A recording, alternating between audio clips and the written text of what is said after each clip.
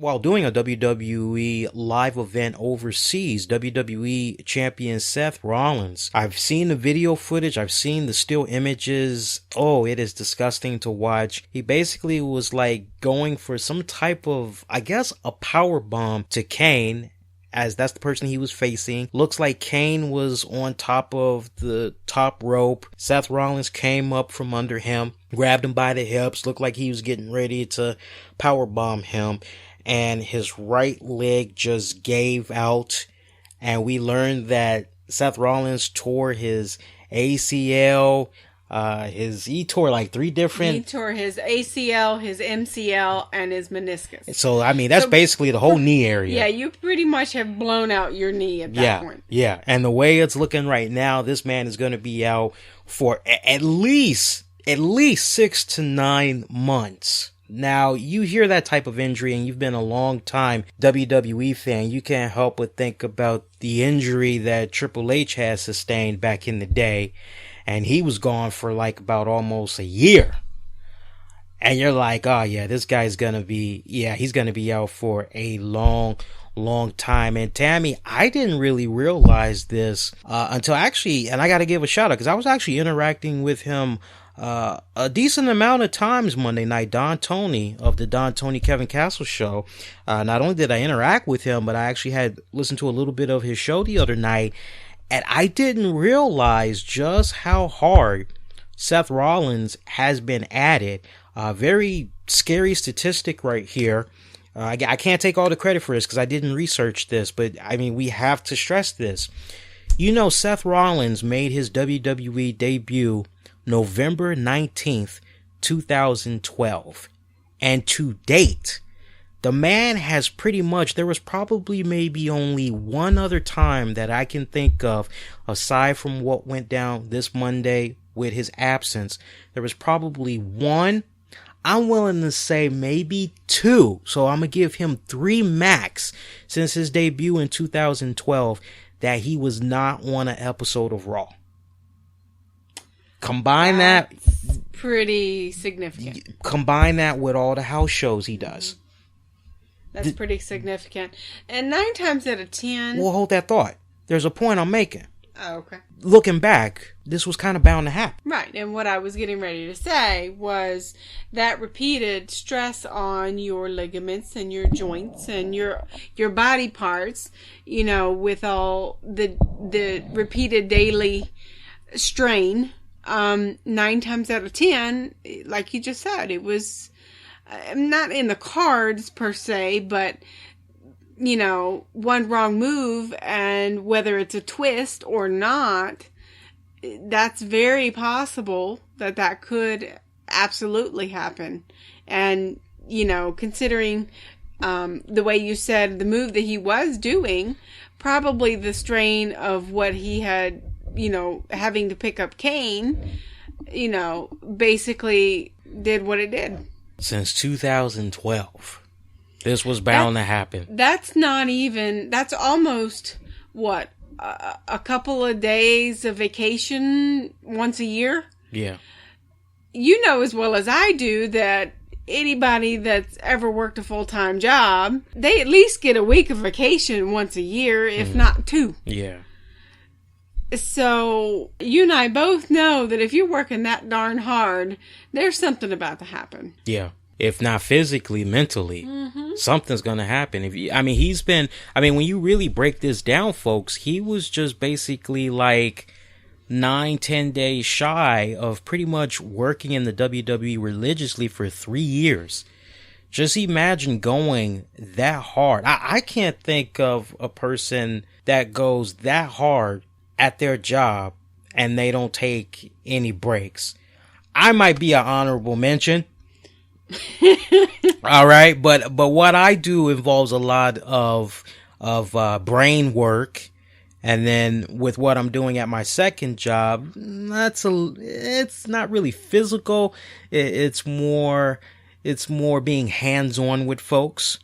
I think that's the best way I can say it. So I'm an honorable mention, but to do the type of stuff that Seth Rollins is doing, and just think about his style. It's not like he's a powerhouse of a wrestler like a Hulk Hogan or a Big Show or Right. Andre the Giant that has longevity, because there's such a big, beefy, husky type of person. It's just choke slam, power slam, do a big boot, do a clothesline, do a punch, and that's pretty much it for them. Seth Rollins has such a unique, unorthodox moveset that to go that hard for 3 years, I tell you, I hate to sound like this, because the last thing I would want to say to up and coming wrestlers in the WWE, hey, look, when you're given the opportunity, run with it, but kind of be a little bit cautious. Don't burn yourself out. But I have to say that because it's like sometimes it's kind of good to kind of take that step back and say, hey, bosses, look, I definitely want to continue to do whatever and any and everything that you need me to do, but I need just a little bit of time to kind of recharge a little bit. Do you think maybe I can not do these set of house shows instead, not do this, not do that? When I hear this scary statistic, I can't help but think about CM Punk and just really kind of understand more as far as his psyche saying in the end, fuck this, fuck WWE, I'm getting the fuck out of here. Because here was a guy who was running hard for so long, and he was doing the live events, he was doing the house shows, he was doing any and everything that they were asking, and it was just like, give me some more, give me some more. It was like that Busta Rhymes song, give me some more, give me some more. And it was like, okay, yeah, but I'm kind of feeling, when can I, yeah, it's coming, but first you got to do this. Then when it's time for him to rest, well, we need you to do this. Well, what about, we'll owe you one. Okay, all right. And look at what happened eventually. He needed a fucking Z-Pack for that fucking thing on his fucking back. Right. Right? The antibiotics and all that shit. Well, I kind of, I sit here and certainly agree with you. It seems that you honestly almost think that, I know this is terrible to say, but they're being pushed almost too hard, without a whole lot of downtime. And with that, you're bound to have mishaps, injuries. I mean, look at John Cena. John Cena flat out said, look, I need some time off. Besides the fact that he's doing other endeavors. But he also, he knows when to say, okay, my body's had enough. I need some time off. I need to rest. But it seems like here more times than not that I've heard, oh, well, we got you next time. We need you to do this first. But you have the wrestlers flat out saying that my body can't take much more of this. Right. So, where do you draw the line on that? Honestly, I think it comes down to a couple of things. I mean, I can't help but think about the Attitude Era, because when I think about the Attitude Era, you had so many guys. You had The Rock, you had Chris Benoit, you had Chris Jericho, you had Eddie Guerrero, you had Kurt Angle, you had Chyna, my God, you had The Undertaker, you had Kane, you had Lance Storm, you had Tess, you had Prince Albert, you had Steve Blackman. My God, the list is just endless. I would be here all night. Basically, the point that I'm making is you had such a unique and diverse roster that, like, at that time, if somebody needed to take a day or two or a couple of weeks off, the show continued and it continued strong.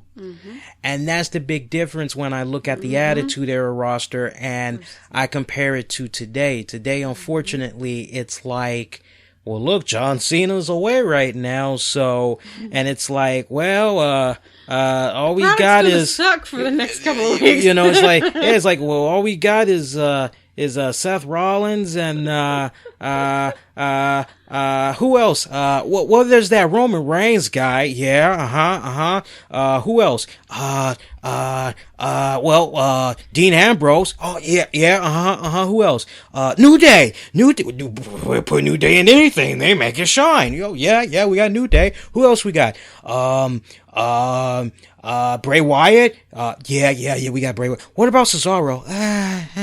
Good matches, but who else we got? Yeah, I mean, it's almost like when you think about today's roster and you're like really looking at it and you're like, heaven forbid, like, I hate to use this analogy, but like, you remember how Buddy Holly and all those other guys got killed on that plane? Yeah. Or whatever? I mean, heaven forbid, John Cena. Who else can I put on that plane? Del Rio. Well, no, not Del Rio. Nah, his return's been kind of lackluster so far. Bray Wyatt, not Bray Wyatt. Wade Barrett. No, Wade Barrett sucks. He sucks ass. He sucks big. Look. Okay, look. Okay, Randy Orton. Put John Cena. Well, technically, he's out right now because he has an injury. Put John Cena. Put Roman Reigns on. Nah. I'm thinking like, who's your next big marketable guy? Who could be the man of the company? Oh yeah, Roman Reigns. Okay, Dean Ambrose. Look, let's just put John Cena and Roman Reigns on an airplane.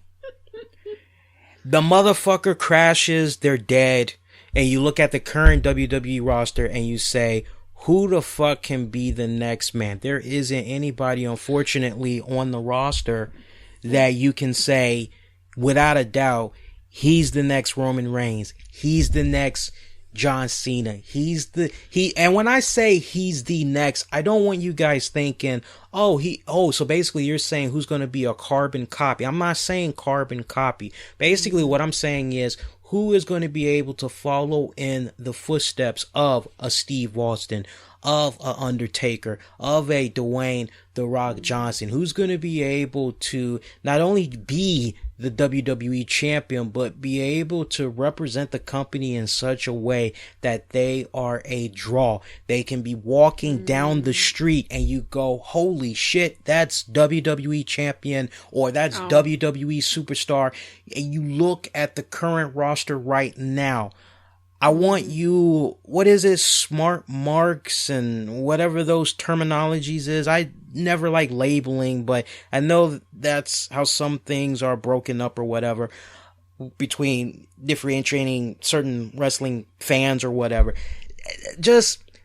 I want you guys that's like the diehards of some of your favorite wrestlers, like the Cesaros, the Kevin Owens and all that. I just really want you to think outside of the box right now. And just deal with the current roster as it is. Because that's what happens. Life happens unexpectedly. That's what happened with Seth Rollins. He fucked up his leg. Now he's out for probably a year, right? Just take Roman Reigns, John Cena, put them on the plane. That son of a bitch crashes. They're dead. Now you got to try to build with what you have right now. Unfortunately, the WWE isn't in a place right now compared to where it was in the Attitude Era, as perfect example. And I said this last week or a week before, when Steve Austin needed to go get that neck surgery. I mean, you had Triple H. Oh my God. I mean, when you just think about the roster that was there at that time, they were able to step up and they were able to continue on. There was a great supporting cast, but you had people that were in that position that were able to step up in such a huge way that if they wanted to, they could have just kept going even after Austin had healed and he was ready to come back. You know, but unfortunately, when you look at today's roster, you don't really have that type of situation. And ultimately, that fault lies on the hands of the higher ups and Vince McMahon. That definitely is on the shoulders of a Vince McMahon. And I think it's on the shoulders of the writers. because I don't think that some of the storylines that are going on for some of these wrestlers are strong enough. Or if maybe they are strong enough, but they don't give them enough time to catch on. That's a very good point, because there was a decent amount of comments that had came in via YouTube when I first broke the news out about Seth Rollins, and I basically said, you guys comment, are you glad that in a weird, sick way this little incident, this accident with Seth came about, because now it's going to force WWE to shake things up? Are you indifferent? What's your take? Chime in. And a majority of the comments that came in, a lot of people, they pretty much seem optimistic, right down to a poll that I had put out. And I think it was pretty dead even. But last I remember, I think it was like 52% of the votes came in saying, from the WWE fans, that they really weren't optimistic that things were going to become better as a result of what went down with Seth Rollins. And that's a scary tale. And, I had one guy say to me, oh, you're so wrong about Seth Rollins. Seth Rollins is awesome. It's not his fault of what was going on with him from a writing/creative standpoint. That's the fault of the writers and creative. And it's like, what were you listening to? Because that's literally what I had said. And you brought up a good point. You said when somebody is a diehard fan of somebody, basically, like, you can have 100% accuracy in your critique of, hey, this is where this person is messing up, and in noticing their flaws, and it's legit. But like, for the hardcore purist fan, they see a messiah. They see nothing but perfection. And I was just amazed. Yeah, they're not going to allow you to critique it, whether good or bad, their favorite wrestler. Yeah, and I just want to stress to anybody that had came across that clip on YouTube, I did make the audio version of it be available on the downloads for you guys that want the audio, but I just got to make sure I set the record straight. All right. And this is coming from somebody that has been blocked personally by the WWE former champion, Seth Rollins. RCWR show has been blocked. All right. I'm not going to get into that whole story again. If you've been listening long enough, you know. If you don't know the story, hit me up on Twitter or Facebook. Maybe I'll give you a hot link where you can go listen to what all had went down. But I can't stress this enough. I have a lot of respect for Seth Rollins as a wrestler.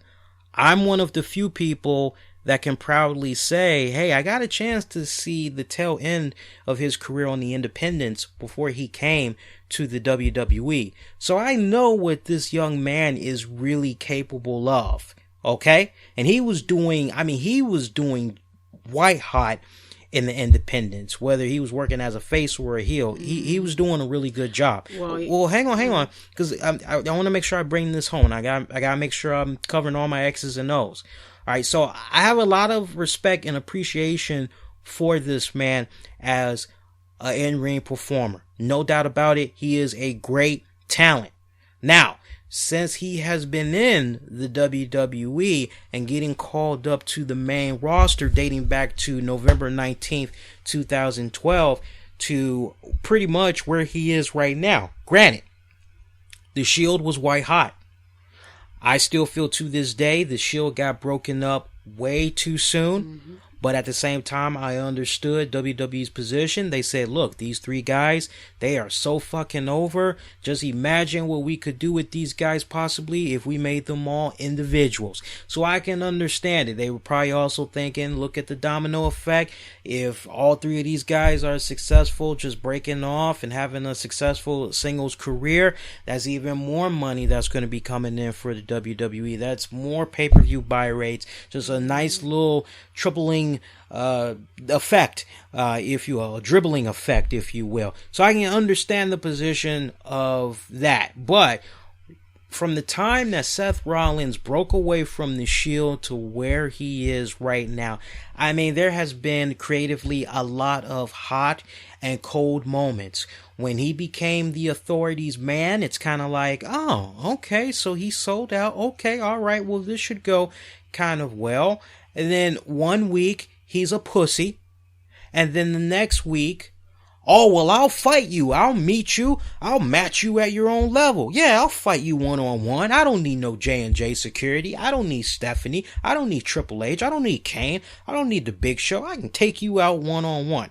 And then the next week, he's a pussy again, right? Very inconsistent, right? And then, like, one week, he's kind of like looking at the Authority like, what the fuck? You guys should be having my back. Why are you putting me in these silly little matches? Why are you stacking the odds against me? What the heck? And then the next minute, like after he does what he needs to do, he's buddy chum with the Authority again. Like, oh, I knew you guys believed in me. And it's like very inconsistent. It's like, you know, the Authority, the way that they have been built, and they're another set, writing standpoint wise, that come off bipolar. They do the lame ass what was the shit that they did a couple of weeks ago? They said something like, would you like to see Seth Rollins take on Roman Reigns for the WWE title? Would you? And the crowd's like, yeah. And then they go, oh, well, too bad. You're not going to see it. Not here. Not tonight. You're going to see it in 3 weeks at the Survivor Series pay-per-view. Ha ha, we had you. Ha ha ha. Talk about karma being a bitch. And the next week, Seth Rollins gets injured. Well, you know, what I find interesting is all the, like you just said, the wishy-washy, the 1 week this, one next week different. And unfortunately for me, I could never get into Seth Rollins's character. For me, it just was not my cup of tea. But what I do find sort of offensive, and maybe that's their goal, but with the Authority, it's like, okay, fuck what the people want. We're not going to give it to you. And it's all about me and nothing about you. Well, if anybody knows anything about marketing, if you want asses in the seats and you want people to buy your pay-per-views and do this and do that, I'm not saying you have to suck up to them, but good grief, don't treat them like they're nothing. Well, see, you make a very valid point, but at the same time, let's also not forget, whenever Triple H and Stephanie head on over to NXT, all of a sudden they're good guys. All of a sudden it's like, well, wait a minute. We just saw you 1 week. You basically said screw the fans and all that. You're not getting what you want. And yeah, here you got Triple H. NXT Universe, do you guys want to see Finn Balor against Samoa Joe for the title? Let me hear ya. And the crowd's like, yeah, you want it. You got it. It's our main event match tonight. And it's like, but wait a minute, Triple H, Monday night, we just watched you, like, you're like, what the fuck? So, I mean, Seth Rollins, the position that he has been in, just from the creative standpoint, I want to make sure I stress that. His matches, he's had some solid matches. I will give him that. Have they been 5-star type matches? No. At this point, if I look at this calendar year alone, there's at most 3, but the one match that jumps out to me right now, the match that he did with John Cena. That was good. That was for the United States title. Right. That was a really, really good match. I enjoyed that a lot. But like in Ring Performer, he's fine, but just the creative standpoint, that's where the problem is. And I agree. It's so unfortunate because like we should be having a different conversation right now saying, oh man, Seth Rollins, he was like the best thing that the WWE had going on. And see, that's the other thing that I want to stress right now. I know some people, they want to be like, and I want to choose my words carefully without offending people, but we have some people out there that are going currently, oh, Seth Rollins was the best thing that WWE had going on. No, he wasn't. And you know why I'm saying that? Here's why I'm saying that. Because of the ratings. Now, again, some of you go, fuck the ratings. My pretty babies, ratings do matter. Sliders would still be on the air. Quantum Leap would still be on the air. Roseanne would have never went off the air. Roseanne started getting low numbers during actually the season before its last. They actually were not supposed to come back because the way it was going to end, I remember this vividly. The way Roseanne was going to end, it was going to end with Dan having the heart attack, and that was pretty much going to be it. But the ratings towards like the final 5 batch of episodes, it was rather decent. And ABC was like, you know what? We want you guys to come back for another season. And so that was supposed to be it though. But they ended up coming back. And then I remember that season was kind of, it was, and I don't know how much further away they were from the final season. I don't know if it was maybe 1 or 2 away. But yeah, if ratings didn't matter, some of your favorite shows that maybe you really liked that got canceled would still be on the air to this day. I've said this story numerous times. There was a series that was just like Quantum Leap and Sliders. It was called Journeyman. I thought that thing was a fucking classic series. And what made me connect with it so well was I was given the opportunity to relive my childhood from moments in the 90s and as well as the 80s, because this guy, he was traveling within his own lifeline, and basically he didn't have control when he would go back to the 80s, the 90s or whatever. But what made that show just really kick ass was the music. 10,000 Maniacs, Natalie Merchant, Tonic, Veruca Salt, just hearing all those old, great fun bands from back then. And you're like, wow. And the music is what really made the show. It lasted 8 episodes. Ratings just kept, and I was watching the ratings every week.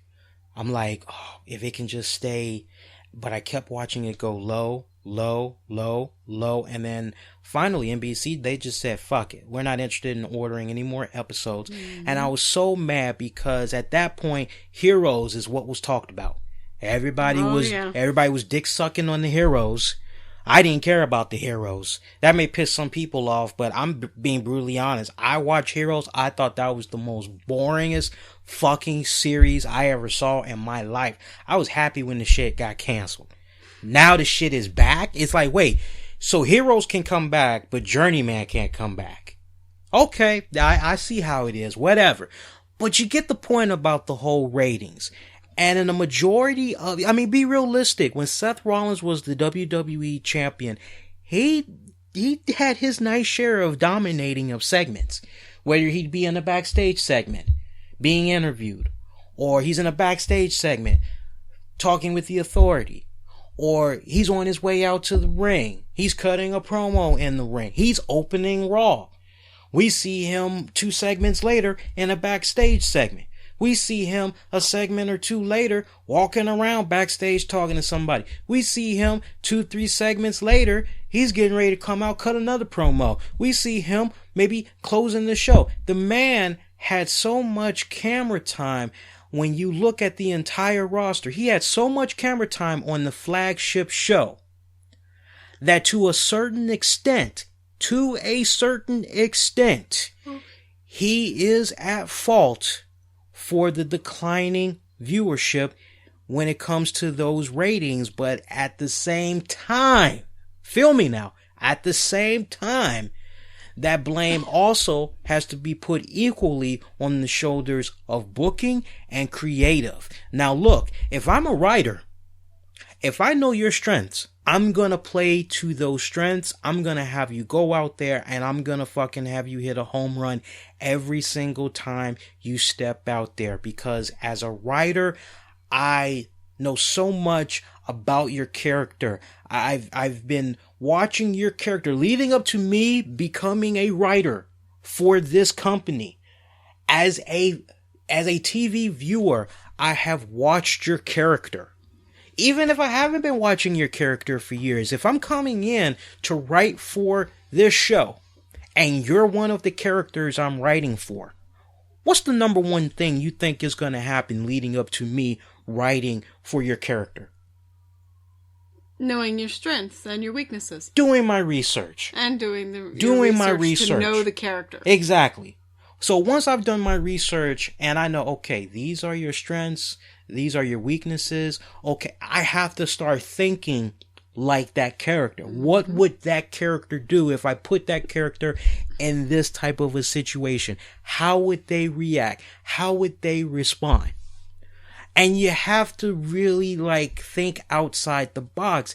And unfortunately, I haven't really been seeing that type of in-depth, deep, creative thinking when it comes to these characters on TV. And Seth Rollins is a prime example of that. If I were to just say inconsistency, Seth Rollins' face is plastered all over that, unfortunately. Right? I wish Seth Rollins nothing but the very best. I hope he heals up. I don't want him beating himself to death. I don't want him kicking himself in the ass going, man, I fucked up. I let No. I don't need him to think like that right now. What I need for him to think right now, man to man, is say, you know what? Hey, I was the WWE champion for 7 months. Sucks that this happened, but you know what?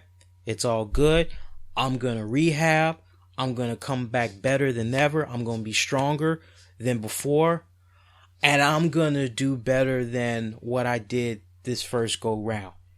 I'm going to come back. He needs to come back with a huge ass chip on his shoulders. He does. Because I'm telling you, if he comes back in any shape or form similar to what he's been doing up to this point, it's not going to work. It's not going to work. The fans are going to shoot it down so fast, it's not even going to be funny. Not only that, you also have, what you really have is oversaturation of Seth Rollins. Or what you had, not have now, currently. But what you had was oversaturation. Because I remember you saying on numerous occasions that it's not WWE Raw, it's the Seth Rollins show. Yeah.